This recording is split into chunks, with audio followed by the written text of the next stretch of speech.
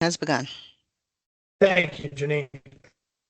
So for those that don't know me, my name is Eric Durazio. I am the Preparedness Manager, as well as the Compliance Officer at North Carolina Emergency Management, or NCM.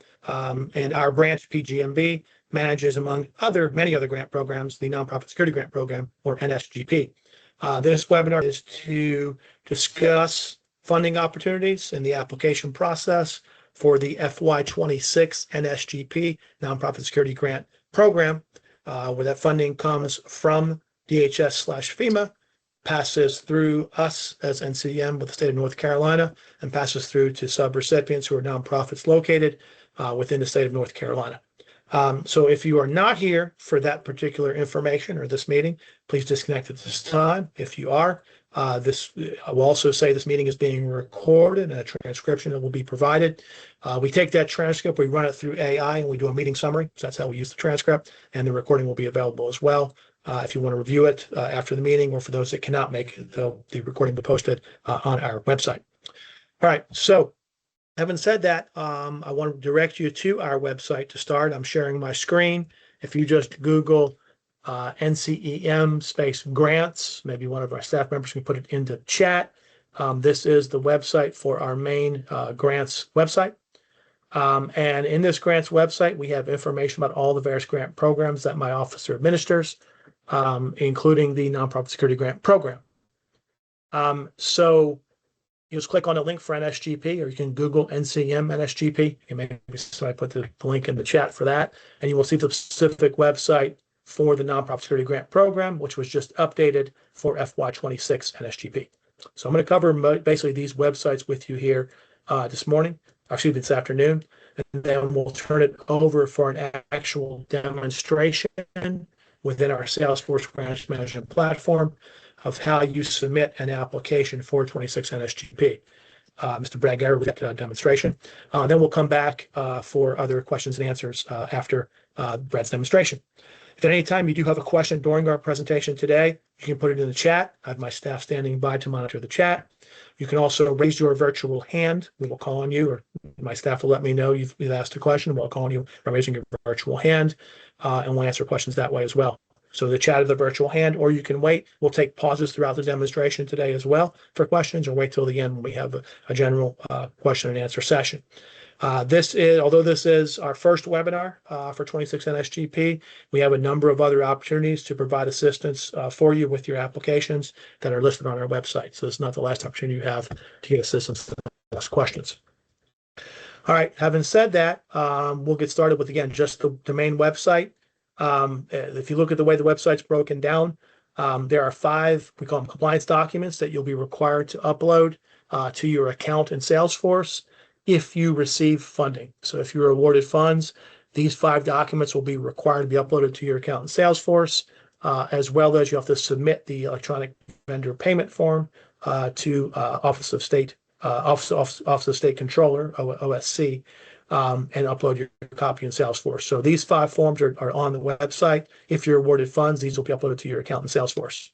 You do not need these documents to apply for a grant. Only if you receive funding. Before you can get paid, these forms have to be provided.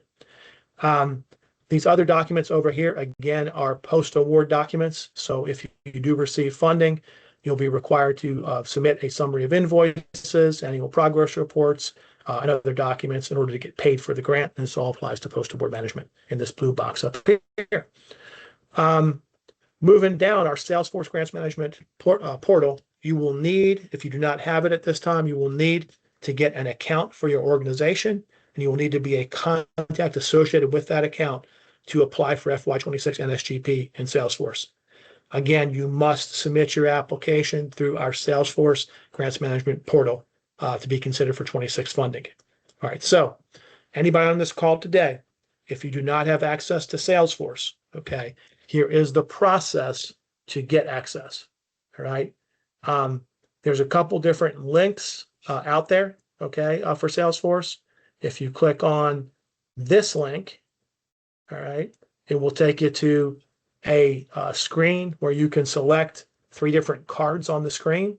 You would select the middle block, all preparedness grants. Okay, we'll see the different grant programs listed.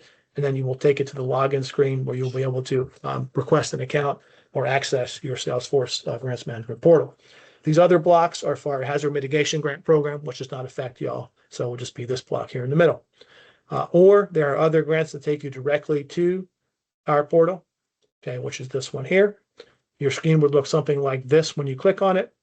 If you do not have a username and password, you would click here to have a registration form to fill out to register for access to Salesforce.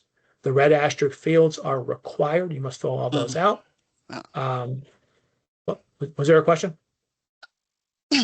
Nope, sorry. All right. The red asterisk fields are required. This one here is your organization in the system. If you over the I box gives more information about that.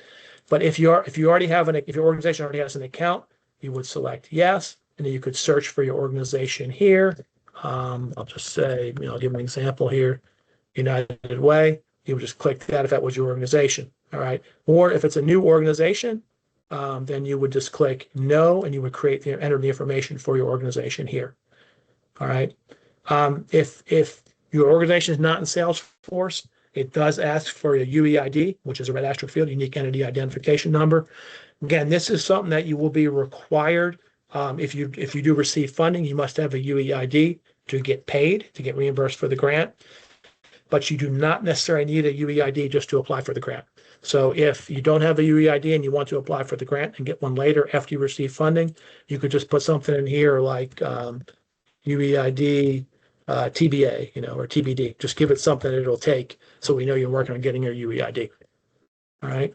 And then basically fill out the information for the organization there. And then you will put your information for your contact and you would register in Salesforce. Salesforce will then send you an email with your login information. Each organization can have up to 5 contacts associated with the account in Salesforce. So you can have 5 people representing your organization in Salesforce. There's no cost to you to register for Salesforce or your organization, but there's certainly a cost for us to pay for it. So we limit you all to 5 contacts.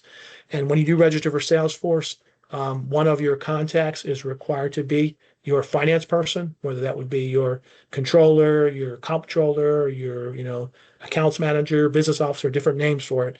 But a finance person would be required to be one of the contacts and that's if you do get funding, because that person will have to sign for the MOA, the grant agreement, if you do receive funding. So you have to get them registered as a contact as well with one of your finance people. All right, so that's all about Salesforce there. When you log on to Salesforce, if you get your password, there's get your password reset you can do to get a new password. So I would encourage everybody on the call today to go ahead and either log into your Salesforce accounts right now, if you already have them, so you can follow along with our demonstration later today of how we're going to actually submit an application in Salesforce for NSGP. So I'd encourage you to please log on to Salesforce, or if you do not have an account, okay, please right now take the time to go ahead and register for an account or to be a contact associated with your account in Salesforce. I have my staff standing by right now to approve those registration requests to get everybody registered. All right. So that is Salesforce. Any questions on what we've covered so far? All right. Seeing none, we'll move on to the rest of the information on this grant. But yeah, go ahead. Couple people in the chat. Felicia Okay. Johnson, this is the person you'll be sending your registration to, one of the people. Some of you have already applied. You might also get a note from me when you're approved, because some people have been putting their UDID the same number as your FIN. I want you to understand it's not the same number. So I don't want you to think you already got your UDID number, because it's a 12-digit number that you get from the government. So it still will go through as approval, but you will automatically get a note in reference to it. Okay, thank you. Back to you, Derek. Yeah, appreciate that. Yeah. It's if you don't have a UEID, put something like UEID TBA or TBD. Let us know that you're still working on that, right? That's a common question that we get. So thank you for clarifying that, Felicia. Cameron, there was a couple questions in the chat you said, sir. Oh, we just had a couple people who had requested access last week and have not yet received access. Okay. So Felicia, we can look into that. I know there was a little bit of a holdup on technical glitch on our end on creating some new organizations in Salesforce. I don't know if you worked through that yet, Felicia, but if you can address those individuals in the chat who had requested access, so we can try to get them access as soon as possible. in Salesforce. All right. And when you register in Salesforce as a contact, you must have a unique email address, right, for every contact. So that's what this talks about. If you need to update your email address in Salesforce, is how you would do it. There's questions about that. And then once you do, if you do get funded for grant funding with us, if you have previous NSGP, or if you're applying for this year's NSGP, we have a new standard operating guidelines, which include screenshots of how to walk you through the entire grant lifecycle in Salesforce from your view as a customer in Salesforce. And this is the instructions how to access that through our public-facing Power DMS site. So to walk you through the whole process of how to accept an award, how to submit reimbursement requests, how to submit your annual reports, how to close out your grant, all with screenshots, very easy to follow. If you do receive funding, I recommend you check out our SOGs for grantees, which is this column here on the website. Hey, Derek, did you speak to the 25 applicants and No, if they're going to apply to 26? Yeah, we're getting to that. Okay, thank you, sir. Thank you. Yeah, give me a second on that. So this is just the main grants website and the information on our main grants website before we turn to 26 NSGP. All right. There's some additional resource pages down here. One of the things you should be cognizant of if you do receive funding or if you currently have NSGP funding, as a nonprofit organization, there are annual financial reporting requirements. They're called level 1 and 2 reports required under state law. And this website here will tell you what those requirements are. If you receive more than $1 million in funding from all your grants, state and federal combined, you have an audit requirement as well. So that's in the compliance page here, which is linked at the bottom of the website, or you can Google NCM Grants Management and Compliance to find that page. All right. So this is the main website that we have. Now, more specifically, as we turn again to just the NSGP website, which is this website here. Now we'll get into the nuts and bolts of the 26 NSGP program. Okay. So first and foremost, everything we do with NSGP is dictated by the federal government, by DHS/FEMA, and it all flows from the Notice of Funding Opportunity, or the NOFO, which was just published on 6/24/26. Right, we have links to the NOFO here. The document's probably dang near 100 or some odd pages long. It's painful, but if you really want to know what will get you funding, what the rules and requirements are for the grant, there's no substitute for going ahead and reading the NOFO, okay, in all its glory. So we give you the link here for that. Also, don't be afraid to take advantage of modern AI tools, right? You can basically upload your NOFO to ChatGPT, or we use Copilot with the state, and say, hey, please summarize this for me in just a couple pages, right? And it will give you a professional summary of the NOFO. So you don't have to read 100 pages, it'll give you a professional summary of it, right? So use AI to help you, but no substitute for reading the actual federal NOFO, okay? All right, so that's what this link is at the top of the page. Now, as I mentioned before, if you want to apply for 26 NSGP funding from us, the state of North Carolina, you must use our Salesforce Grants Management Portal. The application period actually opened on 7/2/26, and it closes, hard close, okay, 11:59 p.m. on July 17th, 2026. That's a hard close. It's hard-coded in Salesforce to stop accepting applications at that time. Please do not ask for an extension. It will not be given. We're in a very, very tight time frame for this, okay, because we have to turn our application into FEMA the next week. So we have to, you submit your sub applications to us, we package them up, we submit our application to FEMA for funding the following week after these applications close. So there's absolutely no opportunity for an extension whatsoever. So please don't ask. It doesn't matter if you have technical problems or whatever issues you may have. Sorry, there's no extensions allowed. So it's a hard stop, July 17th, 2026. Any questions about that? All right. And also, please understand, late or incomplete application will not be accepted. So don't just think, well, I'm going to get something in there, right? And that's good enough. If it's not a fully completed application, they automatically get denied. Okay, so it has to be a complete application following the correct procedures, submitted in Salesforce by July 17th, 2026. And we say that right here on the website. Okay. All right. Again, we encourage everybody to get access to Salesforce. We have a video helping folks get out to do that. If you don't have the, you can watch the video, but please go ahead and get access as soon as possible to submit your application by the deadline on July 17th. Now, the rules for NSGP, you have to be an eligible nonprofit sub-applicant. So you have to be a qualified 501c3 or at least a qualified religious organization. And then you can apply for up to $200,000 per individual site. up to 3 different sites for a maximum of $600,000.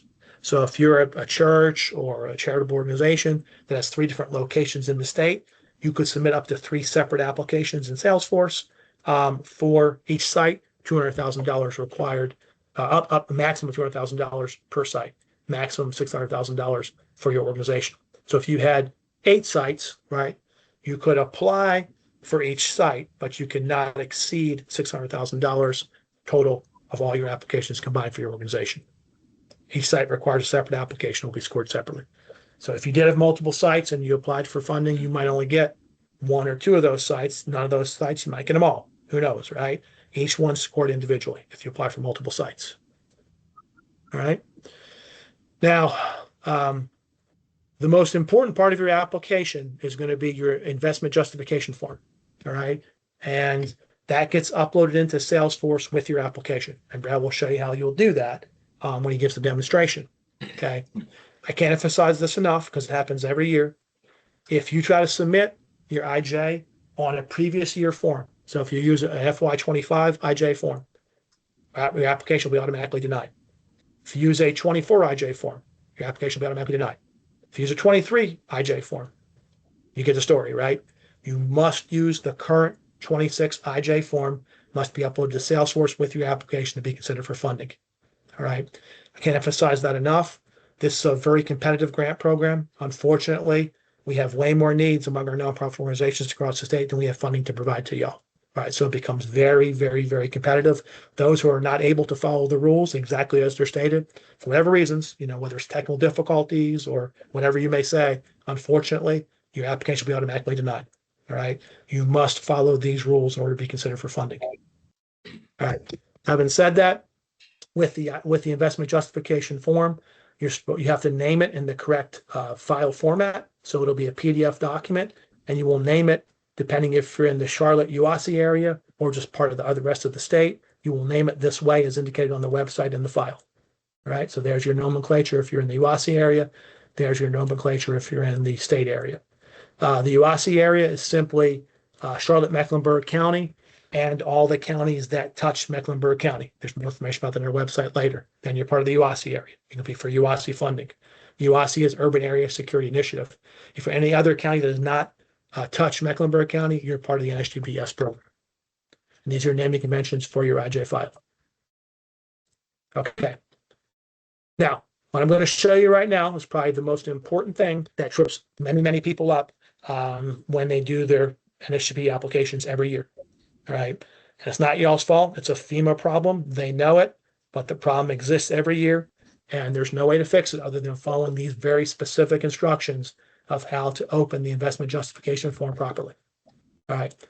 Here's the link to the FY26 NSGP investment justification form that you must use to apply for funding. It's right here. It's listed multiple times on this website.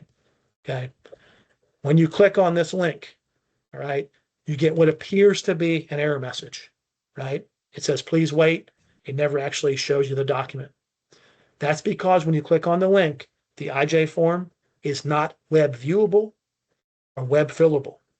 Okay. It will not view in a browser. Okay. Let me repeat. When you click on the link, you will get this message because the form will not view or be able to fill out the form in a browser. What's the solution to that? You must download the form to your computer. Okay. I'm using Chrome. Chrome usually works best with this, I found, so I'm a big proponent of Chrome. But if you're using the Chrome operating system, there's different instructions for a Mac OS. If you want to use a Mac, Chrome is the easiest to use on Windows, but you will go ahead and click the download button right here. Okay. You will then save that file to your local computer. Just right in the downloads folder is where it defaults to. You can save it in another folder on your computer, your desktop if you want. I found downloads is easiest. You save it to your downloads folder, okay? And then you simply go into your downloads folder on your computer, okay? And then you will see the form there, all right? There's the nomenclature of the form that exists when you download it. You have to rename it when you submit it, but this is the way the form is when you download it, all right? Then once it's on your computer, you see where it says this PC. It's on my local computer. It's not on the internet, right? It's not in the web. It's not in the cloud. It's on your local computer. Once on your local computer, simply click on it, and it opens up. Okay. You may have to right click on it you want to use Adobe or a similar program to open the file, but if when you do that, you will see here where it's a form fillable document. Okay. If you try to open, it's not form fillable. I would right click on it and make sure you use Adobe. Show you what to do here on that. Oops, let me close that out of there. You can right click here and say open with, and you want to pick Adobe. I'm not sure if Azure or Chrome will work for the form fillable part of it, but I know Adobe does. Just download the free Adobe Acrobat if you don't have it. Okay. Open it up. And again, you will see the form and the fields are fillable. You can then go ahead and save this using the proper file nomenclature and upload that to Salesforce for your application. Are there any questions about the FY26 investment justification form? All right, very good. If you all have got that straight, that's probably the single most common question that we get. So I appreciate you guys being ahead of the curve on that. All right, a couple other nuances. Brad mentioned 25 NSGP. All right, it's not uncommon that we get folks that apply for funding every year. Sometimes they get it, sometimes they don't. All right, but the problem with it this year is, as of today's date, really, this says of the date the website was last updated, but as of today's date, 7/6/26, okay, DHS/FEMA has not yet announced any of the 25 NSGP sub-awardees. All right, let me repeat. We don't know who's going to get 25 NSGP. We sent up all the applications that we got in 25, which is like a year ago. We sent them up almost, right? We locally scored them and ranked them, but it goes to FEMA for final scoring and the issuance of the sub-awards. We do not know who has been selected for that yet. And for 25 NSGP, we had many applicants applied, very little funding to give out. So it's going to be a lot of folks that are not going to get funding for 25 NSGP, but some will get funded. We don't know who that's going to be. Okay. FEMA has told us they will be making that notification, quote, soon. Don't know what that means in FEMA/DHS speak. But as of right now, we do not know who will receive funding. What I've heard the holdup is FEMA has to run their entire list through ICE, ICE Customs, whatever the other agencies. Then those agencies have to go ahead and clear and vet all the sub-awardees. So it takes more time. Whatever the reasons are, we don't know who's going to receive funding. All right. So please mute your mics. If you're not speaking, please mute your mics. All right. So what does that mean for your 26 application? All right. What we recommend is that you apply for a different project for 26 NSGP than you did for 25 NSGP. Okay. Don't just take your same project, and whatever you do, don't take your same project on the 25 form and try to upload that as your application, because then you're using the incorrect form to begin with. It'll be automatically denied. Okay. We recommend that you go ahead and submit a new project for 26 NSGP, different than you did for 25 NSGP. Okay. And the reason for that is, if you do submit the same exact project, it needs to be on the correct form, the 26 form. But if you do submit the same project on the 26 form and you end up getting funded for that project, your 26 application will be automatically denied. Okay. Nonprofits cannot be awarded funding twice for the same project. All right. So if you want to apply for the same project you did last year for 25 NSGP, you can do that if you put it on the correct form and submit it. But if you get funded for the 25 project, ultimately, whenever that turns out to be, your 26 application will get automatically denied. Okay. The other thing, just as a practical matter, right? Even if your 26 NSG project was not funded, so you're applying for it again in 26, well, it didn't work in 25 for different reasons, right? Maybe it's trying to try a different project, right? So to maximize your competitiveness, you probably want to apply for a different project anyway. Okay. But again, that's up to you. Just understand, if you apply for a 25 project, if you apply for a project in 26 that was the same project as you applied for in 25, you end up getting funded for that 25 project, your 26 application will be automatically denied. We recommend applying for a different project in 26 NSGP. All right, any questions about that? All right, very good. So what I just told you there, and we also have step-by-step instructions on how to download your IJ properly, the investment justification form properly for Windows and Mac OS. You can see those here. All right. Everything, what I just told you, the most important parts of this whole process are in this blue box at the top of the website. Okay. If you don't read anything else, at least carefully read this blue box, click on the links, make sure you're using the correct 26 IJ form, recommend applying for a different project in 26 than you did in 25, and make sure you name your files correctly and that you go ahead and submit it through Salesforce. Okay. That's probably the most important part of the process right here in the blue box. All right, getting into some other nuts and bolts and other information about the program before I turn it over to Brad. As I mentioned, this is not our only opportunity we have for assistance, to provide information and assistance to you for your 26 NSGP application process. This is our first webinar. It is being recorded. The link will be here, and the summary of the meeting will be here when it's all said and done. We have another webinar next week on July 14th, and we also have open office hours. We have 5 different sessions. During these times over here, these are drop-in sessions. You don't need to be there for the whole time, but if you have a question, anytime you want to join from 2 to 4, drop on, ask us your question. We can try to help you out. Okay. Now, we cannot provide substantive assistance in your applications. We can't tell you how to write it, what to write it, what good ideas might be for projects. We cannot do that because it's a competitive grant program.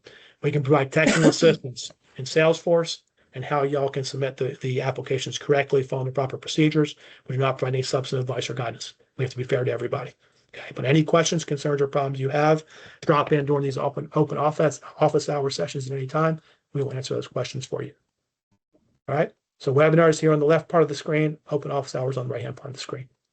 Any questions about that? We also have an NSGP dedicated email box you can use any time of the year. It's very busy this time of the year when we're accepting applications. You can direct your questions to this email box right here. I asked my staff to put that in the chat as well, the link to the email box, nsgp@ncdps.gov. That's how you get assistance. All right. NSGP, we mentioned you got to be an eligible 501c3 organization that's at a high risk of terrorist or other extremist attack. All right. The purpose of the grant is target hardening.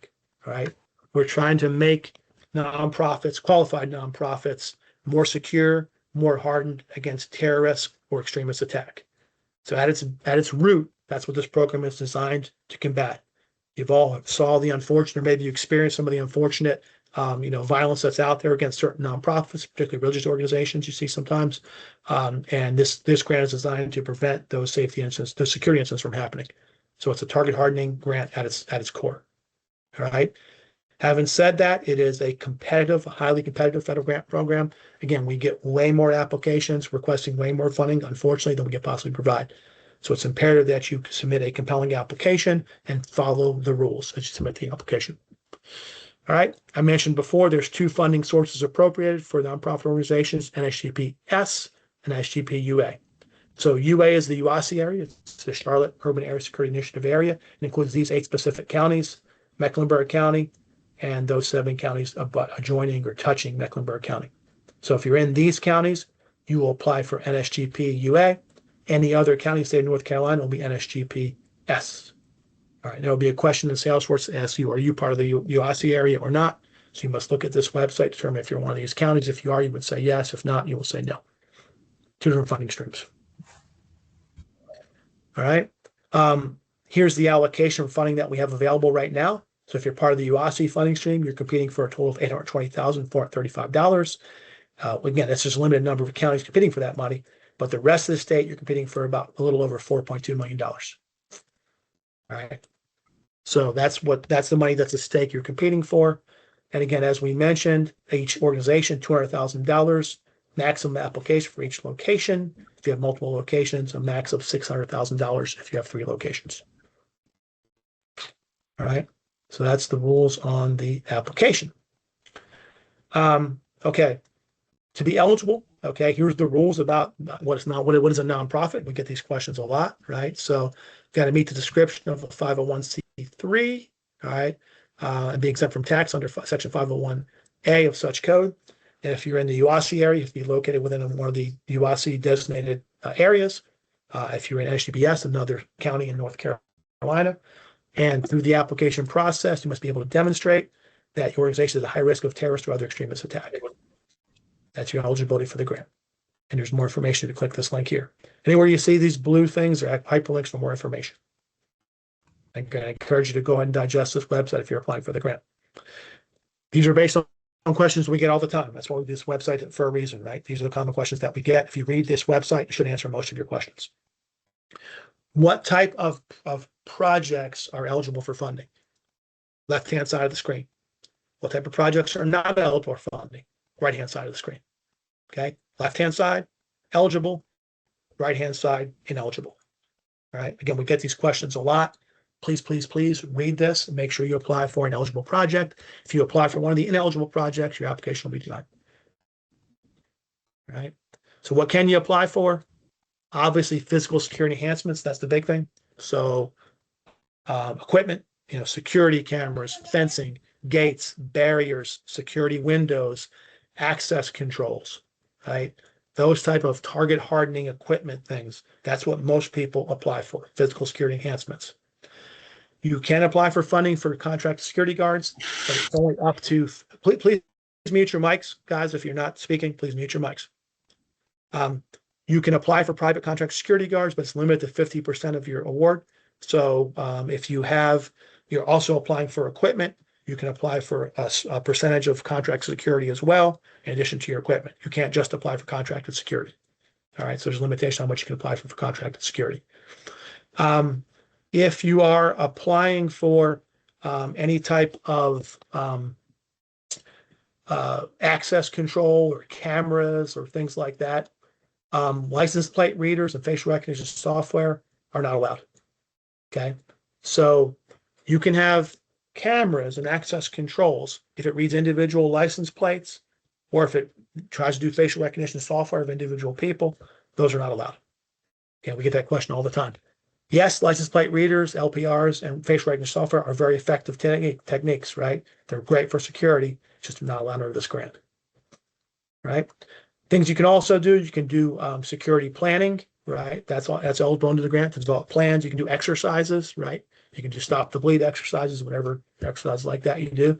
So security plans and exercises, as well as the equipment, and a small percentage of private contract security guards is eligible for funding. What's not eligible for funding, okay? Again, generally salaries, organizational costs. Can't hire public safety personnel, excluding off-duty law enforcement personnel and contract security. Overtime, backfill, right? None of that is eligible. All right. You can't pass through money yourself to other entities. You're supposed to spend it yourself. So that's all the stuff here that talks about what's ineligible. All right. Any questions about eligible and ineligible? All right. Again, here we get into the maximum cap on funding. If you want to read about that, most folks apply for up to $200,000 for a single site. And that's the end of it. Okay. But again, you can go up to 3 sites, $600,000. That's what this basically says. Now, when you do submit your application, this was the same way last year. Yes, this is the first time they did this last year for 25 NSGP. It will ask you to self-identify what category organization you are. It's a drop-down list investment justification form. All right. You either an ideology-based spiritual religious organization, such as the House of Worship, or your educational secular, medical secular, or other. Okay, so you must self-identify one of these 4 types of categories of organization that you are. All right, and when this gets scored, all right, what FEMA does is they basically apply more points if you're an ideology-based spiritual religious organization. So you got more of a chance of getting funded if you fit into this first category. Less so if you're educational, medical, or other. All right, so it's kind of a tiered priority, if you will, for FEMA funding. That's why they asked this question. All right. So again, just a reminder of when the application deadline is, and you must use a 26 IJ form. All right. What else does your application have to contain? This is very important. Vulnerability assessment. Okay, there's a link here to a vulnerability self-assessment, right? There's some guidance here in NSGP Sub-Applicant Quick Start Guide from DHS FEMA. All right. You must include a vulnerability assessment that outlines the vulnerabilities that you're addressing in the project you're applying for. Okay, so if your vulnerability assessment says we need new doors to prevent intrusions, right? That's your vulnerability assessment. You submit a project to buy new windows. Well, it's not the same vulnerability assessment, right? You have to apply for the project that's identified with the vulnerability assessment, right? Has to support the project you're applying for. All right. That has to be done. There's no necessarily time frame on it. You can use an older vulnerability assessment. Rule of reason, right? The more recent, the better, obviously, right? But you can use last year's vulnerability assessment if you want. But just recommend doing a different project you applied for last year if your vulnerability assessment supports it. All right. So it has to contain a vulnerability assessment, your investment justification form. We talked about the UEID. If you need to get one, here's how to do it. Go to sam.gov and follow those requirements. No cost to do it. But it's not required to apply for the grant, but you must have it to receive funding. Right? FY26 NSGP form. You must also include your organization mission statement, short bios and resumes of your senior leadership of your organization, and any other supporting documentation that you want to provide. Most folks will provide police reports, insurance claims, things like that to document actual incidents that you've had at the facility that you are trying to address with your project you're applying for funding for. All right, it's very important if you want to provide supporting documentation. Not required, just make sure your application more competitive.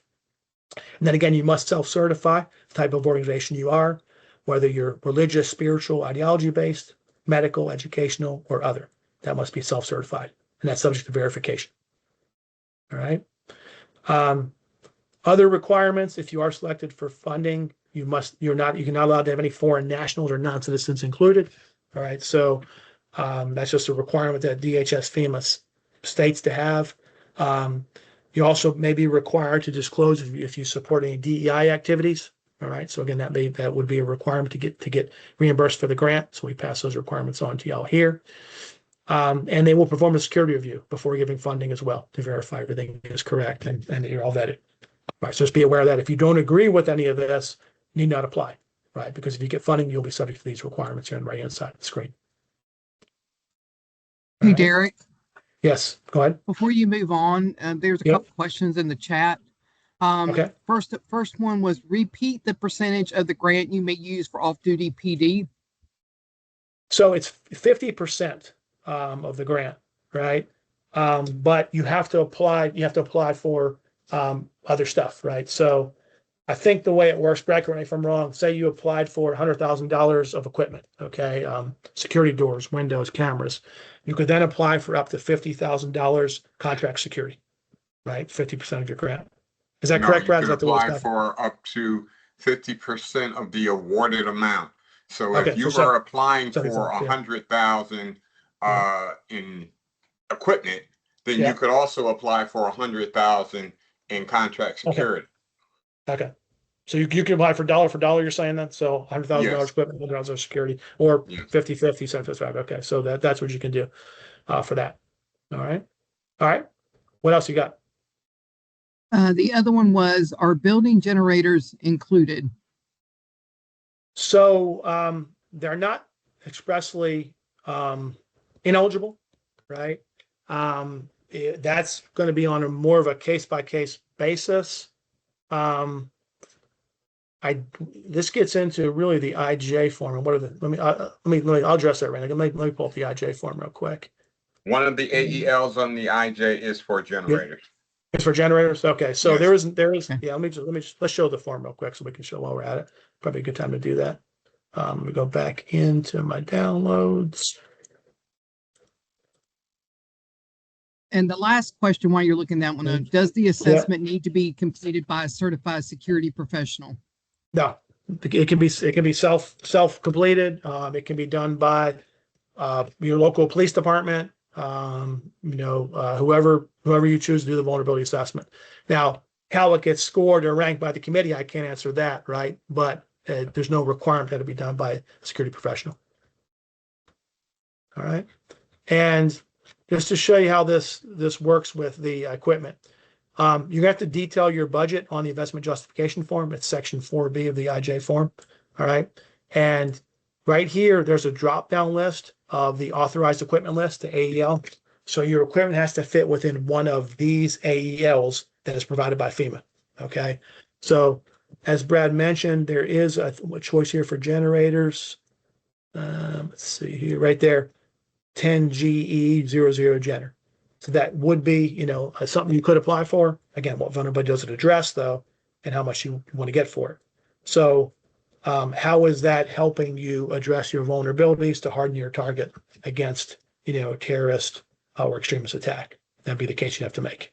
But it is, so anything here that has an AEL is generally eligible for funding, subject to the competition process. Derek, could you pull that drop down all the way down, please? Just want to point something out. Yep. If you notice, you can apply for M&A. That's for management and administration of the grant. You can apply for 5%, up to 5%. So on a $200,000 application, you can apply for 10,000. Yeah, right. So that'd be $190,000 other stuff, right? Right. $10,000 M&A. Yeah. That would be one of the projects that you're applying for. It's the M&A. Yep. $100,000, right? If you had $100,000, $5,000 would be your max. Right. So 95,000 other stuff, 5,000 M&A. All right. Again, you can apply for that. And again, besides yourselves, you can apply for it. How competitive will it be? Will it be scored? The question you have to ask yourself, right? So, but it's eligible. All right. Thank you for pointing that out, Brad. All right. So then the last thing I want to talk about is once we get the applications in, we see what's eligible, now what's eligible. Let's say you get everything in, you're good to go. Now your application has to get scored. All right. What happens is all the folks who comply with the rules exactly as they're stated, use the correct form, follow the timelines, apply for eligible equipment, right? Are in Salesforce correctly. All the folks who are able to do that and get their application submitted for competition will be scored by our local scoring committee, the NCM scoring committee. We're the SAA for this grant, the state administrative agency for the grant. We have a committee that's formed that will score all the sub applications. All right. And this is the process that they will use. Again, they'll verify if you're eligible, you verify you follow the rules. That's a complete application, including vulnerability assessment mission statements. And they'll use the scoring criteria that's provided in Appendix D of the FY26 NOFO. So if you click on the NOFO here and go to Appendix D, it has the scoring criteria that is used by the scoring committee. All right, so this is very important. If you want to see how you're going to get scored, you probably want to write your application to meet the scoring criteria, right? So go to the NOFO, look at Appendix D, and see how it's going to be scored before you write your application, right? Just makes sense you do that because that's what you're going to be scored on, right? They'll validate your organization type, right? They'll prioritize the IJs with a ranking. But again, all incomplete IJs, all incomplete applications will be automatically denied. You want to make the cut to be considered for funding. All right. No substitutes will be accepted for the required FY26 NSGP investment justification form. All right. So once you get scored and ranked, then it goes up to FEMA. And FEMA does a lot from there. Okay. They will take the local NCM scoring and they will multiply your score by a factor of 3 if you're a religious institution. Okay. By a factor of 2 if you're a secular, medical, or educational institution, and by a factor of 1 for all their nonprofit organizations. So what's that mean? If FEMA does actually apply this methodology, as they say they will, religious-based organizations have their scores multiplied by 3. Y'all are in the catbird seat for funding, right? Because you can multiply by 3 on your scores. Doesn't mean only religious institutions will get funding, right? Secular, medical, and educational institutions will be multiplied by a factor of 2. Other nonprofits are multiplied by a factor of 1, right? So the priority for funding is the religious, followed by the secular, followed by the other. All right, that's the way this goes. So you have a much better chance of getting funded if you're a religious organization, just the way FEMA does it. All right. If you've never received funding before, supposedly FEMA will add 15 points to your score as well. We don't do that at our level. FEMA does that. They know who's received funding in the past. They keep track of it all. They'll give you 15 points added to your score if you're not just as you've applied, if you've received funding in the past. Okay, then you will not get the 15 points. But if you've never received funding, you will get 15 points added to your score, supposedly by DHS FEMA. All right. So again, if you read these rules as they're published by FEMA, it really benefits religious institutions who are applying for the first time funding. Not say other folks won't get funded, but that's who the rules kind of favor. And it's on the website here. All right. Again, we have more information here with more links if you want to follow it. I recommend you get into this if you're interested. And I wish you good luck in submitting your applications. Before I turn it over to Brad for a demonstration in Salesforce, what questions can I answer for you now before we turn to Salesforce? All right, seeing no questions, Brad, sir, I will turn it over to you to do a demonstration of how to submit a proper application in Salesforce. Thank you, sir.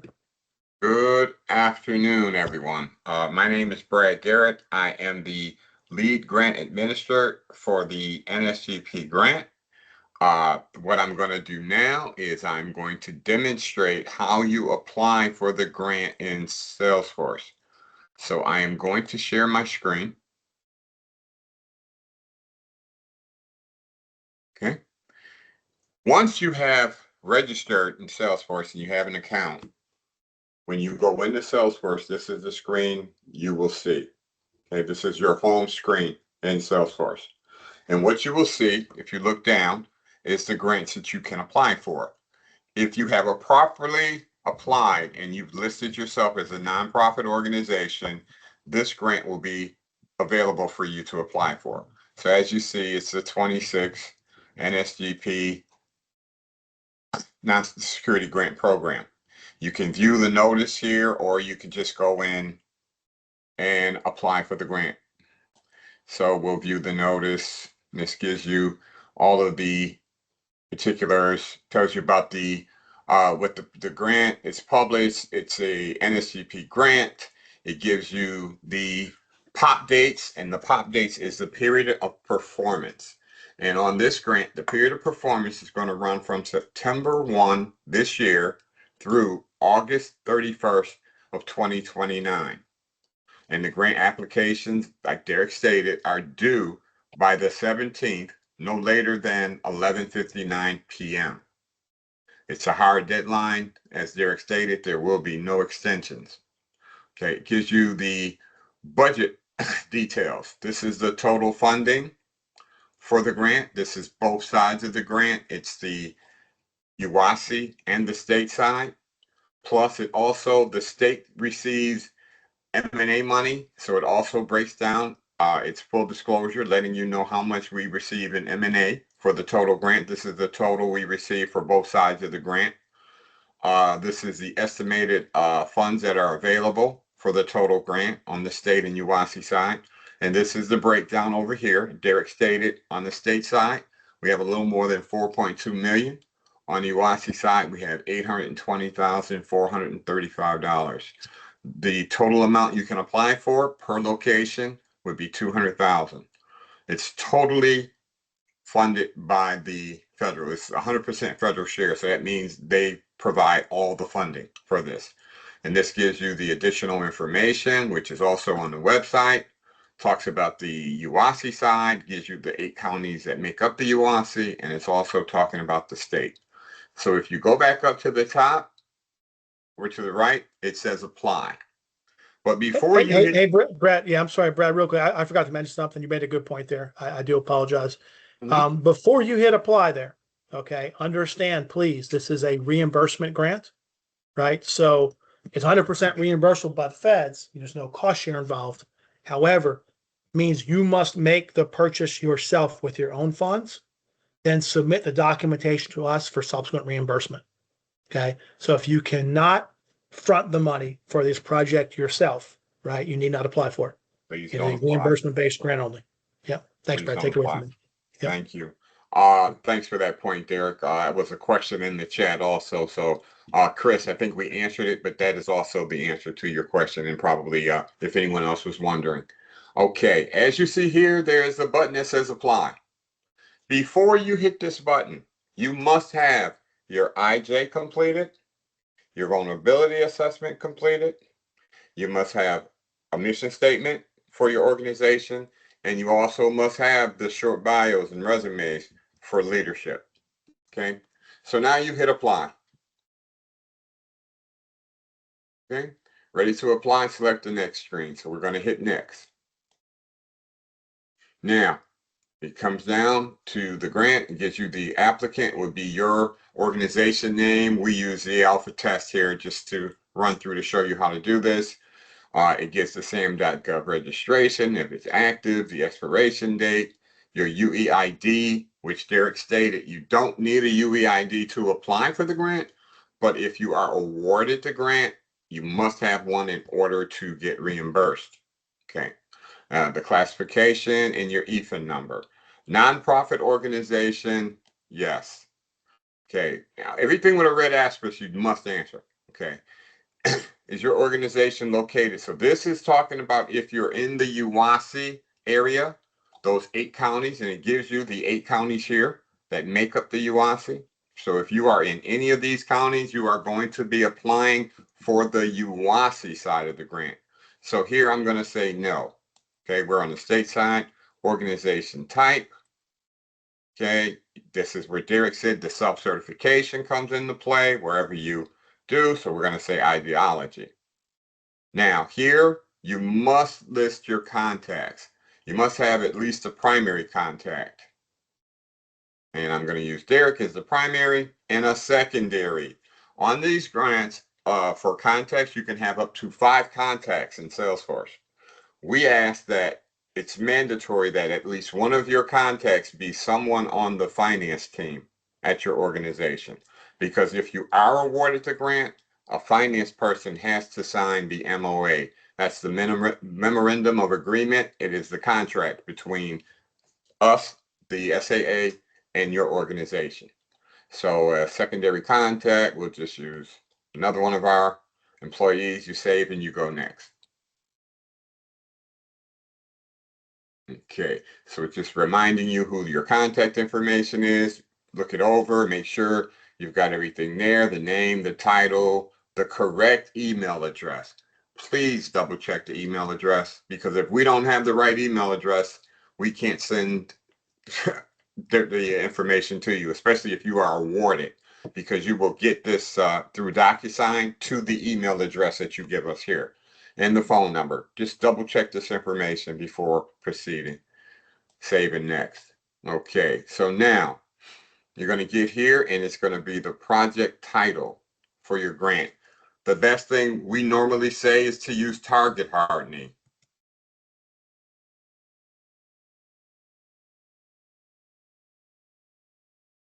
And for the abstract, I just used cyber last time. Derek, is that what would be an acceptable abstract for the organizations, would you say? Yeah, so this is just a real quick, what are we buying here, Brad? What was this going to be? Fencing? Doors, windows, Doors. fences. Yeah. Just say whatever, security doors, whatever you're going to do your budget for. So just say security doors. Right. Okay. So we'll just say doors.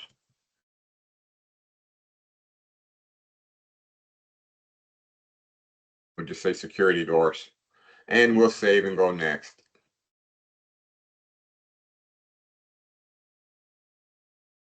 Okay. At this point, you have to create budget lines. The budget lines are what you are applying for in section 4B. Using those AEL numbers and the amounts that you're requesting, this would be the budget line. So the category is what we call the POETI. Okay, that's planning, organization, equipment, training, and exercise. So planning being the first one here, if you were applying for contract security, you would put that under planning. If you're applying for the security doors, access controls, cameras, CCTV, lighting, you would go there under equipment. Training and exercise are pretty self-explanatory. No, we have a listing here for contract security, so you don't worry about the planning. It's a separate thing you can apply for here, and then also, like I stated, the M&A you can apply for up to 5% of what you're requesting in M&A. So as Derek stated, if you're applying for the 200,000, the M&A would be 10,000. So you have to apply for 190,000 for the other categories, and then the 10,000 for M&A. So we're going to say contract security here. Okay. And a description, security force facility.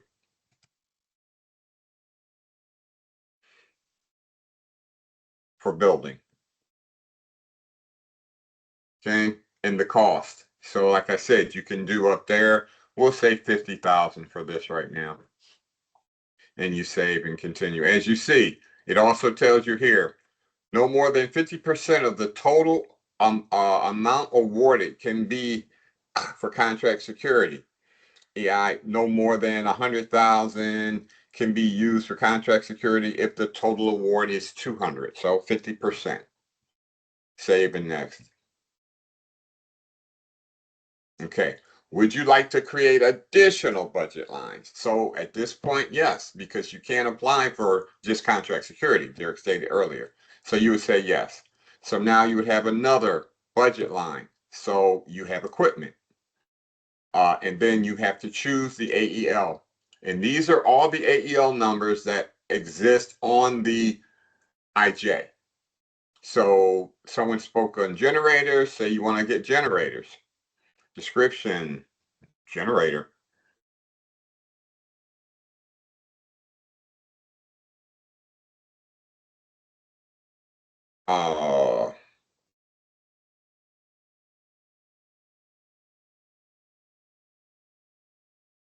Okay.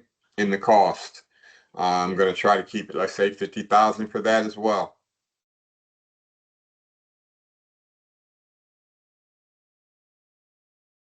You just type the dollar amount in and it'll automatically put the commas and everything behind it. So would you like to create additional? At this point, I'm going to say no, because I'm going to go through. But as you had, like I said, using section 4B of the IJ, you're going to go ahead on and list every one of the projects that you've listed there as a budget line in Salesforce. Okay, so I'm going to say no. Okay, it's going to show me, verify those. Okay, all good. So I'm going to finish with the budget. If I needed to edit it, or if I wanted to create, if I got here and said, oh, wait a minute, we want to answer this, it's in our vulnerability assessment. The vulnerability assessment relates directly to the projects that you are requesting funding for. Okay, if it's not a vulnerability, then you shouldn't be applying for it. Okay. So then I will go here. I get the chance if I wanted to add another line, or if I want to edit what I got there, or delete a line. But it's all based off of your IJ. So at this point, I've got everything I've got on my IJ. I'm going to finish. Hey, okay. Brad, real quick, just on that point with the budget. If you do not create the budget correctly in Salesforce, so it has to mirror your IJ. If you don't create a correct budget in Salesforce, your application will be automatically denied, right? A lot of folks end up with a $0 budget because they don't correct the budget correctly in Salesforce, and Salesforce automatically denies those applications. Okay, so please understand, if you're submitting an application, the budget in Salesforce has to mirror the IJ. Okay, if you have a $0 budget, it will be automatically denied.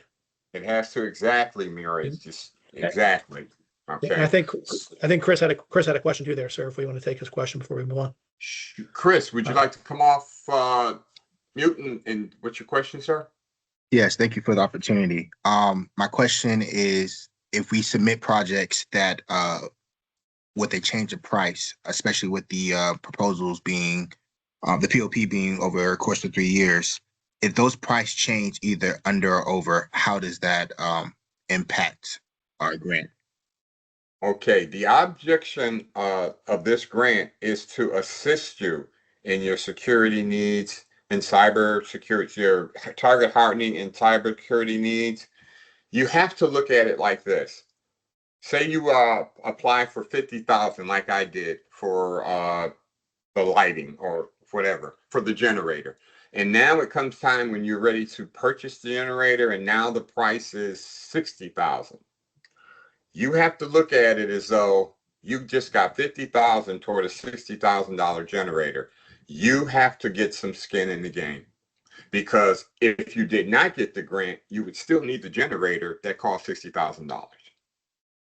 Now, I know that's a little harsh, maybe how I'm relaying that, but that's pretty much the gist of the grant. Yes, prices do change. So when you write your budget now, when you're doing your AELs and all of that, take into consideration the price may change. You might want to add 10% to what you're asking for, just in the event of. But pretty much what you request is what you're going to receive.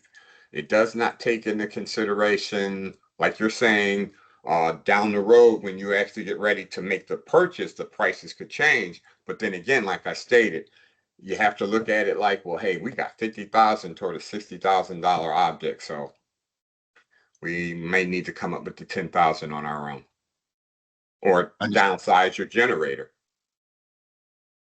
Understood. Thank you so much. You're welcome. Okay. Okay. Thanks, Brad, too. Also on that point, that's a great question, Chris, and great job explaining it, Brad. But also on that question, the other half of it is, what if for some reason prices went down, or you had applied for more money than you actually spent? Exactly. Yeah, you could just deobligate that additional funding. We also do allow minor budget and scope modifications, if you do get awarded funding. So it's a possibility you could shift funds around among budget lines potentially. That's a case by case basis. But for the most part, you just deobligate the extra funding. The other thing this brings into account, Brad's going to show you in a minute how you do attachments to the application. But we do encourage, not required, that when you do submit your budget for your grant in Salesforce and on your IJ, that you do attach price quotes, right? So you're not just pulling this money out of the air, or pulling these prices out of the air, right? You have a good faith, reasonable basis on which to base your claim for the money on. So you can attach price quotes to show you've done your homework and you've got specificity on the budget that you're submitting. That will help you, right? But we understand, as Brad said, if you're doing that, you're not bound by the price quotes, right? We understand prices could go up. So you could submit a price quote. If you do put a little more in your budget than the price quote, you could explain in a comment, we're adding 10% for, perceived price increases or whatever, right? But for the most part, people take a price quote, they apply for that amount, and the price quote backs up what they apply for in their budget, right? So that's an option you have as well. It's not required, but you're certainly able to attach price quotes to your application, and Brad, should do that here in a minute. All right, take it away, Brad. Thank you. Okay, and as Derek did point out, the price, not only do they go up, they also go down. And we do have a tool within Salesforce where if you are awarded, you can request the project management request, and we can review that and see if we can approve that for you, the moving of funds between approved projects. Okay, so at this point now, if you have any additional information you'd like us to know below, this is optional. I'm going to hit save and next.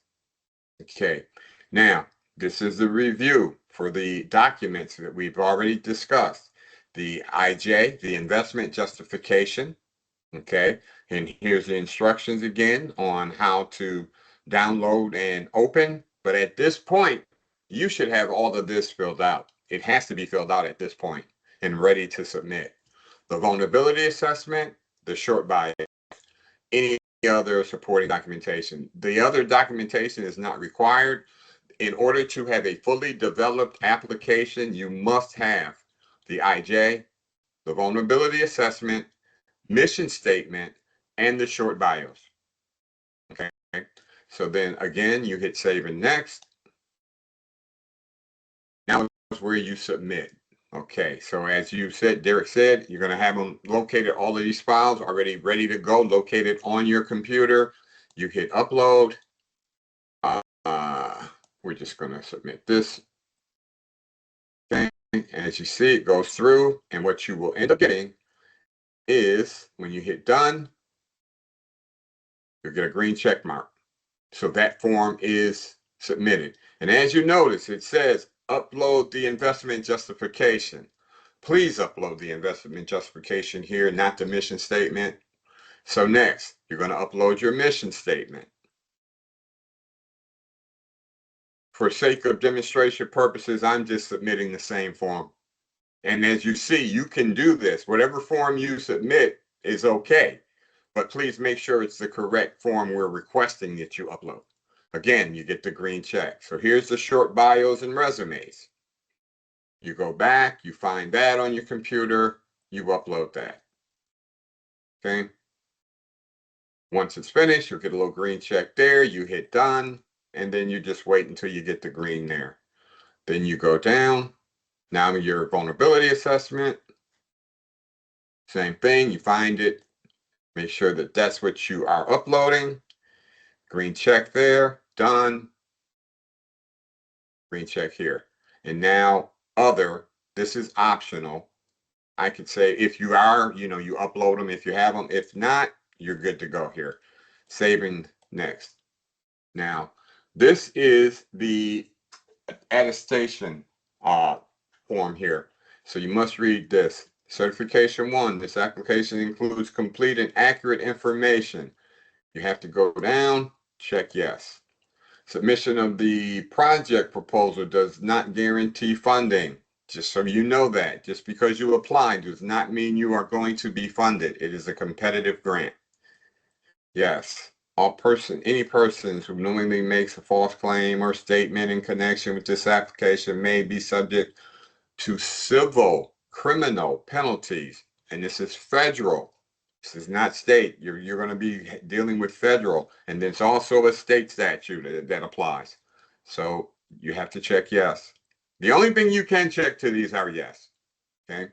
So I'm just going to go down. You misread them all. Check yes. And I'm doing this for the sake of time. Yes. Yes. Please read them before you agree to anything.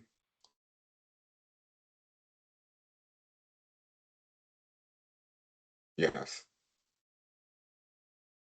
Save and continue. At this point, thank you for applying. Your application has been submitted.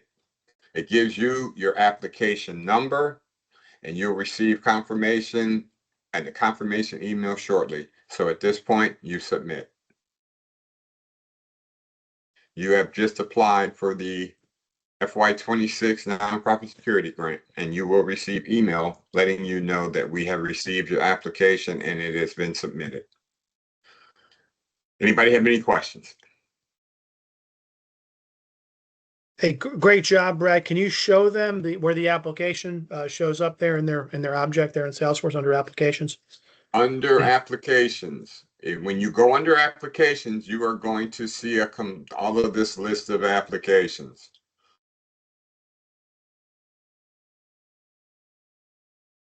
Which one would I go to, Derek? Would I be able to find their application? I didn't. Right. Yeah. So so first thing you do, Brad, scroll up to the top of that screen for me, all the way to the top, where it says all applications there at the top, the black line. Go ahead and make sure that's selected and pin that view for me. So go ahead and pin that. So it defaults to that. And then where it says application underneath it with the arrow pointing up like that, right there. So see the arrow. Yeah. Point that arrow down for me. So what that does is that puts the most recent application on the top, right? When you do that. So now the 1923 is one we just did. So there's your application right there. You won't obviously, you won't be seeing all these applications like we're saying. This is a test account, so you can see a lot of applications. And then what you'll also see is you'll see your organization, the account name here. Yeah. Yeah. So you could also make sure that it is, because you got to also take into consideration there's a lot of people going to be applying at the same time possibly. So you might want to remember that application number on the screen before, but if not, like Derek said, you go to the top of the list and your organization name, you click on the application. And this is important here too, because when you click on the application, although you can print the application, right? So see the printable view right there where it says printable view up in the right-hand corner. If you click that, right up top there, yeah. Then you can just print the page and you'll have a PDF copy of your application. A lot of people ask about that. Okay. Mm-hmm. You can close that screen, Brad, if you want.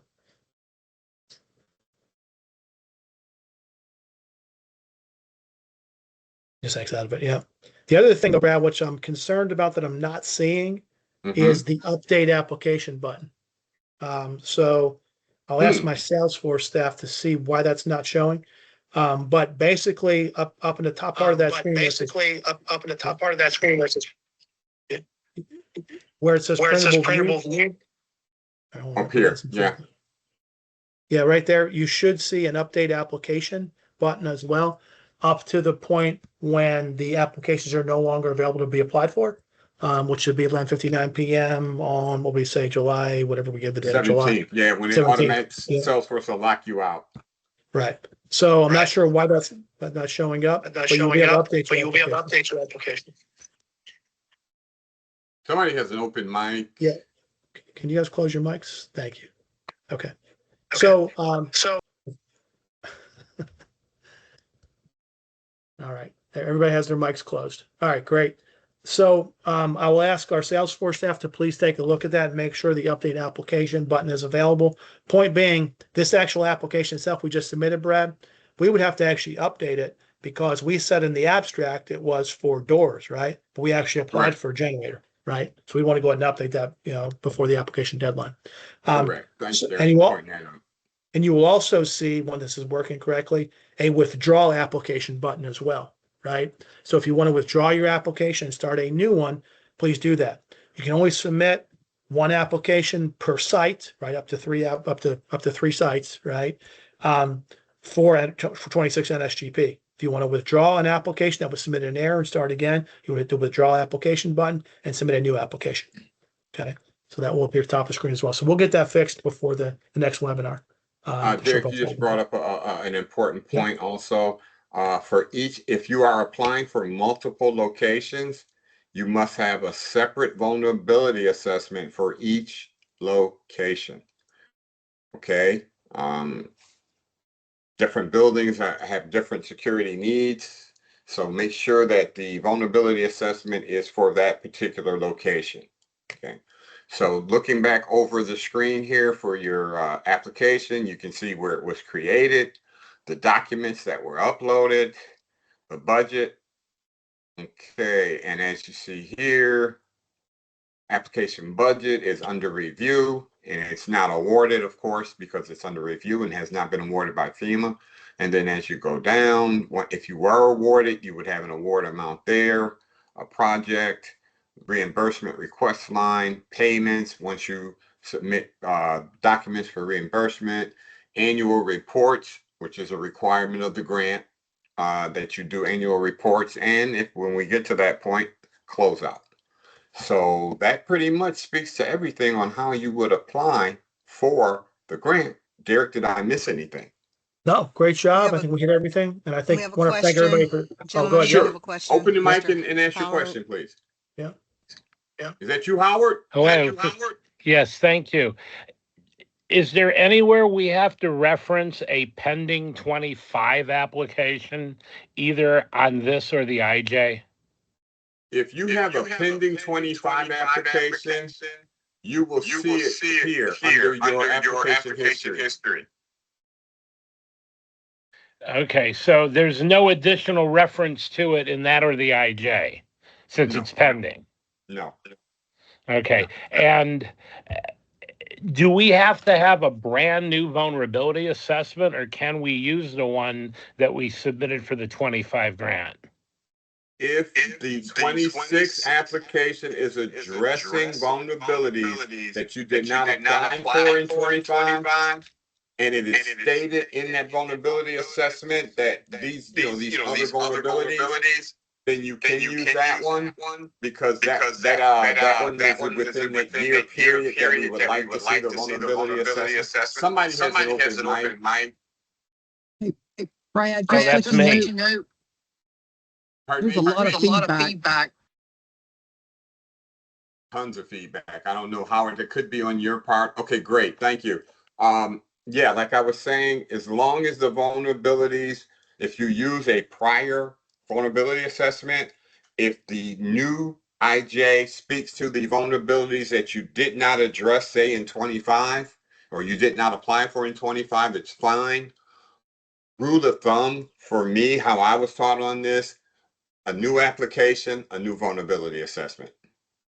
You can do them yourself. You don't have to have anybody come in. You can use the self-assessment tool. You just run through that, the vulnerabilities that you're addressing in this application, and that speaks to that. I hope that answered your question, Howard. I see you still have your hand raised, sir. Okay. All right. So did I answer your question? Yes. I would just one follow-up question, and after I ask it, I'll kill my mic. Okay. We're hedging our bets, and basically we're reapplying for everything in 25. We've scrutinized, and I don't think we have anything new. So unless I misunderstand, I can use the 25 vulnerability assessment if we're basically just recreating the app and the application for 26. Yes. And I do understand if we're fortunate enough to be awarded in 25, our 26 application will require either rescinding or it will self-extinguish. It will be denied. Okay. Those are my only questions. My only other question is Teams is really a problem for me on my MacBook. Is it possible you guys could do this also on Zoom at the same time? That's a question I'm not sure of how we use Teams. I'm sure that there is a way that you can format your MacBook to work with Teams. I understand. I just was asking. No, not a problem. I will mute my mic unless I end up with another question. I'll ask. Thank you. Thank you. Okay. Any other questions? Samantha, I see you have a question. Open your mic, please. Yeah. Yes. Can you hear me? Yes, I can.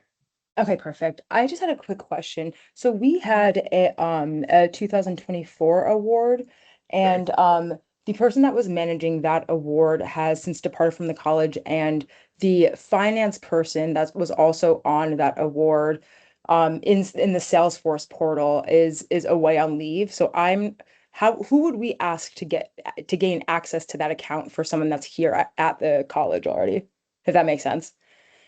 You'd have to register a new user. We would just re-register? Okay, perfect. Thank you so much. Derek, is something you want to speak to? No, yeah, I was just exactly, if it's you, Samantha, whoever, just please submit a registration request. And we'll go ahead and approve it here today. Again, you can have up to 5 active contacts per account. So if there's folks that are no longer with your organization that are in your Salesforce account, need to let us know and we will delete them because they still have access to your data, right? So yeah, exactly. Okay, great. Thank you so much. Right. Yep, thanks.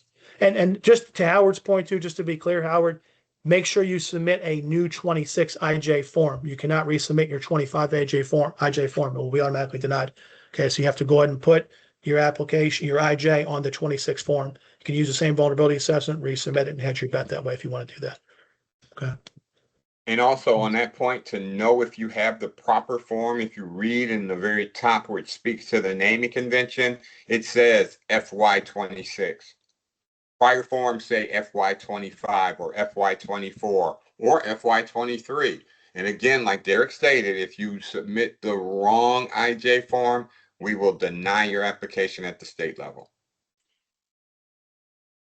Hey, Brett Orvey just chatted too. She's fixed the update application button. If you can refresh your screen and see if that shows up.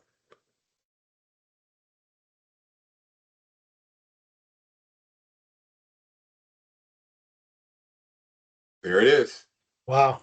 Isn't technology amazing? We have our Salesforce administration team online with us, and as problems arise, as you see, we can fix them instantly. Some problems.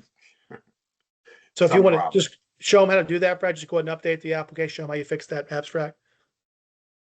Okay, you're starting to update your application. Continue. Okay, those are making sure that everything is there, correct. And I know exactly what I need to change here. Okay, make sure the information is right again. Gives you that opportunity.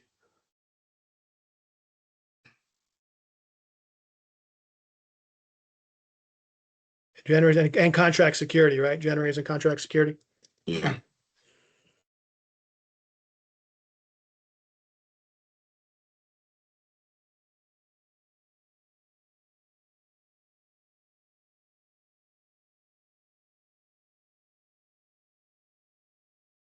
Okay.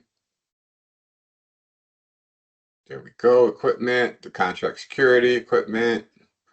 All right. I've already edited it, so I'm going to go ahead on and say finish with my budget. There are no comments. The documents are there as well. As you see, all the documents are there. The 4 required ones, and of course, this is the optional. I'm going to save it. I've already done the affirmed and attestation, answered those questions. You just have to go through, click next. And here's my application number, 1923. So I'll submit it. And there you go. Perfect, thanks. And Orville, we also need Application to number. withdraw. Yeah, perfect. We also need to withdraw application button when you get a chance, Orville, as well. Besides update, we also need to withdraw application. All right, perfect. If there are no more questions, I'm done. Yeah. There was one in the chat I just saw, Brad, about the bios and resumes. Diana Fenvis answered it. And I think Janine just answered it. But just to reiterate on that point, yeah, the bios and resumes, I should have said this earlier. It is not a scored component of your application. Okay. No. So please, we don't need impressive bios and resumes. It's just a requirement that you submit short, to the point, just to senior leadership. We're just checking boxes here for FEMA. Okay. It doesn't matter how impressive the person is or not. Just give us short bios and resumes of your senior leadership and be done with it. Okay. Let's not agonize over that. Just a requirement from FEMA. Mm-hmm. All right. All right. Great. Thank you. Hey, Derek and Brad, yep. Can y'all put up the naming convention that you want for use these documents like there is for the IJ? Yeah, we can. It's on the website right now. It's on the website. Yep. I'm going to go back through the chat and see if it's in here. I'm putting it in there now. Thank you. Good job, Janine. Yep, thank you for that. This naming convention is very important. Prior years, we just accepted IJs however they came in, and we had to change it because they have to be in this naming convention when we submit these to FEMA. If they are not properly named, FEMA will kick them out.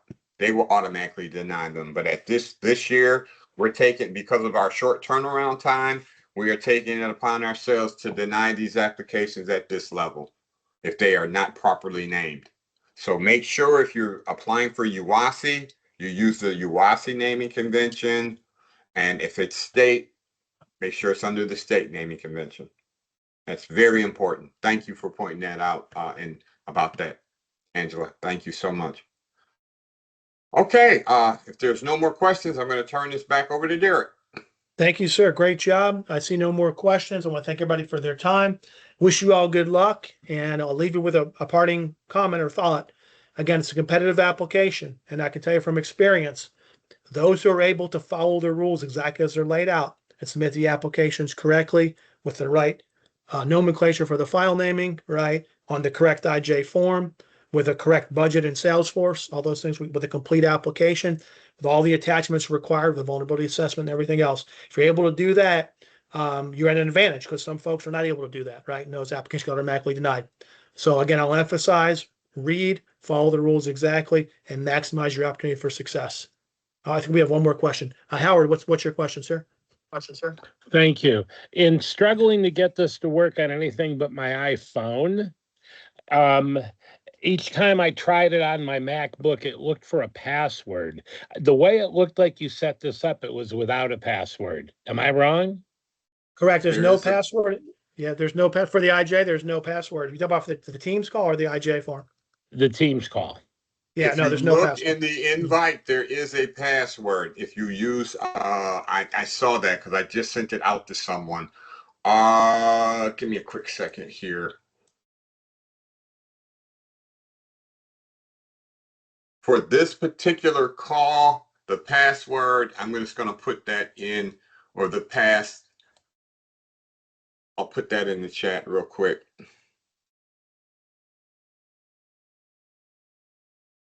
Oh. I don't know if it'll be the same one for next time, though, Howard. But that's for it this, won't. this but you just have to look, Howard. If you call me later, I'll show you.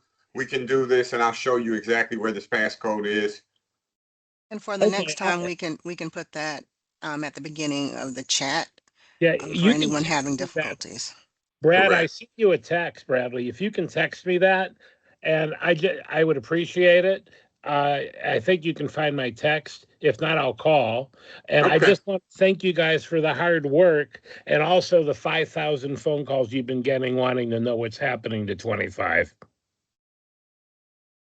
Yes, sir. Thank you for that, sir, and we appreciate your questions. All right, guys, we ran a little bit over because we had some really great questions and discussion, which I appreciate. Again, we invite you to attend our future sessions if you need assistance, and good luck on your 26 NSGP application process. Have a great day. Thank you for joining us. Janine, if you could please stop the recording at this time. Thank you, everyone. Thank y'all so much. Thank you.